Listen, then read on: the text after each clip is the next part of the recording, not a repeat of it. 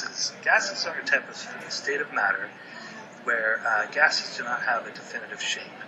Particles are so far apart and they move so fast, which is one of the physical properties of gases.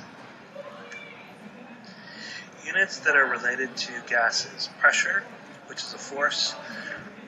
There's different units that we use for pressure. 1 atm equals 760 torr, which equals 760 millimeters of mercury, which equals 101.3 kPa.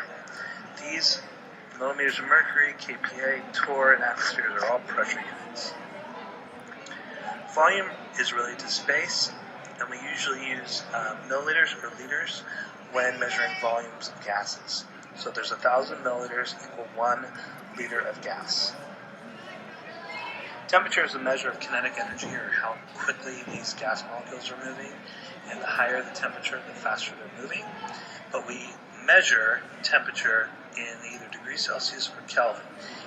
We need to use the Kelvin scale in order to measure gases' temperature because we need to have numbers that are above zero.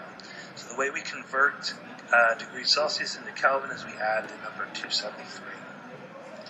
N stands for moles, or how many gas particles are in your sample, and moles can be calculated using the mass divided by molar mass. Gas laws. Here's our generic equation.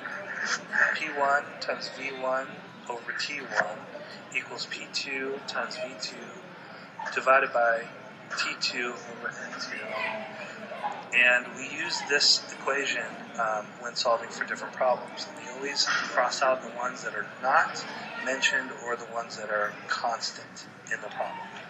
So Boyle's law relates pressure and volume, and pressure is indirectly related to volume. This is the only one that's different. Okay? Charles' law is the direct relationship between volume and temperature, which means as volume goes up, temperature goes up. Avogadro's law states that volume and number of moles are directly related, so the number of moles increases, the volume increases. And Lusak's law states that pressure and temperature are directly related, whereas pressure goes up, temperature goes up as well. The ideal gas law is a perfect state, where the gases don't exert attractive forces on other particles.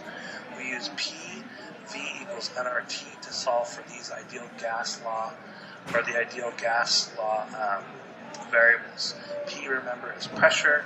It can be either atm or kilopascals. V is volume, has to be in liters. N is in moles. R is the gas law constant, where if you're using ATMs, you use 0.081, or in kilopascals, you use 8.31. And temperature, again, is in Kelvin.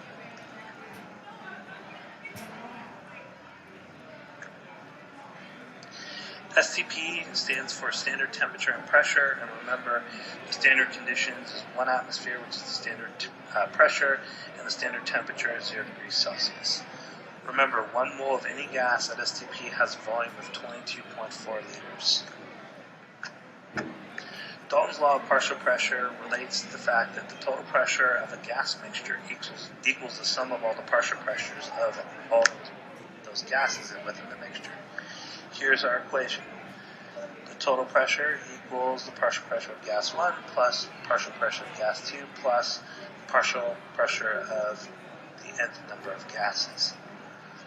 If we're going to solve for partial pressures, remember P equals nRT, P equals N times R times T divided by V. So here is our equation if we're given R, T, and N values. We can also relate that the N total equals the number of moles for each partial, or each gas within that mixture. So this N total is going to go right there. Sometimes you can use mole percentages to get partial pressures because the pressure is related to the number of moles. So you can get percentages. Once you get percentages, you apply those percentages to the total pressure to get the partial pressure of each gas. Final thing we talked